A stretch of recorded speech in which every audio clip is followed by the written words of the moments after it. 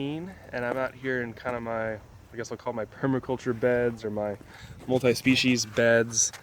And in these beds, I just planted different stuff as it became ready. These are sweet potatoes here. I got them from Trader Joe's. Some of them started spreading out the roots. So then I said, oh, let's just plant it. You know, I had a couple extra dill plants. I planted those. I grew some comfrey. They ended up going here. This is flowering dill. I've got a squash plant in here. This is yacon, a South American rhizomatous plant. It's like a potato almost. Got some peas in here, yarrow. There's a pepper right there. This is lettuce, and this is kind of what I wanted to talk about because it's July 17th in San Diego, where it's a semi-desert. It gets very hot, up to 95, almost 100 here in Lemon Grove. We've had temps in the low 90s so far, but nothing past 95. And these guys have survived it all. And the reason they have is because of some different reasons. So I planted them, gosh, maybe six weeks ago, and I planted them in positions where they'd be getting a lot more shade. So right here, you can see there's this big bottlebrush tree, and facing this direction is east, so the sun rises here.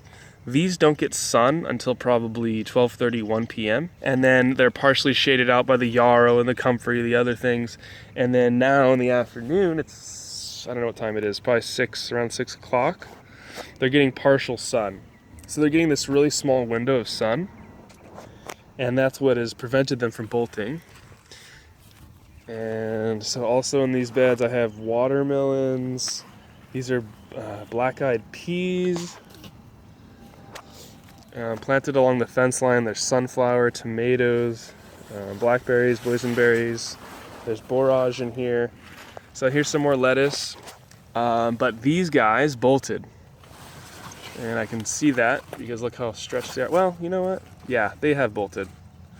And if I eat this, it's going to be a little bitter. It's not too bad. You could still eat this in a salad. So this is partial stretching because they're not getting enough sun. And they're bolting. I don't see any flower on these yet, but these guys are starting to bolt here. This guy for sure is, it's really thick at the top, and I can see that it's starting to create the seed pod in there. So these guys, I'm gonna guess, bolted. These are not planted in front of the bottle brush. So these guys are getting morning, afternoon sun. They're not getting late afternoon since they're kind of getting shaded out here. So that's the major difference. Just that morning sun was enough light and in the extra heat that sent them into bolt mode. So utilizing your microclimates is it's really fun. It's really cool to look at your yard in that sort of way and try to piece out these. It's like little puzzle pieces. Right here, something will, tomatoes would be awesome here. It's full sun all day long. Right here, oh, maybe I could plant some kale and chard late spring, early summer because it gets afternoon shade. And I've done that in a couple spots with kale and chard. I still have kale. I have kale and collard greens going right now. And it's the middle of summer in San Diego. So that's pretty cool. No shade cloth, nothing. Just microclimates. I've got tons of weeds growing here, as you can see. I need to get in here and weed. I just kind of let it go.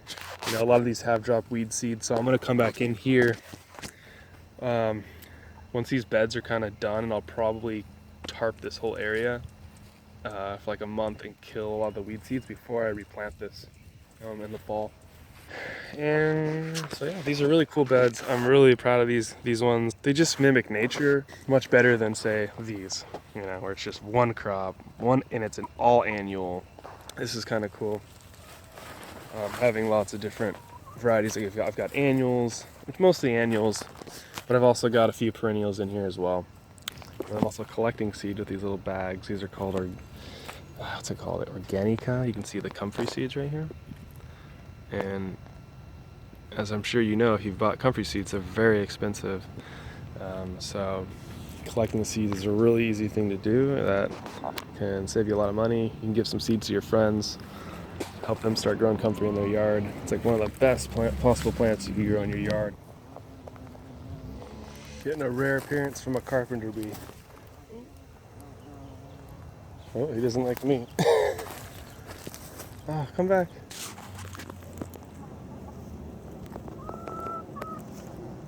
They're real quick at fertilizing. They don't mess around. They're not taking their time at all. They are quick. So here's my watermelon. It's a big boy. It's starting to thicken up and ripen up now. It's getting really heavy. It's probably at least 10 pounds by now. All right, guys. Hope you enjoyed the little video on this section of my garden. I hope it inspires you to try something similar or take it even further. Yeah, have a great day and catch you next time. Have fun.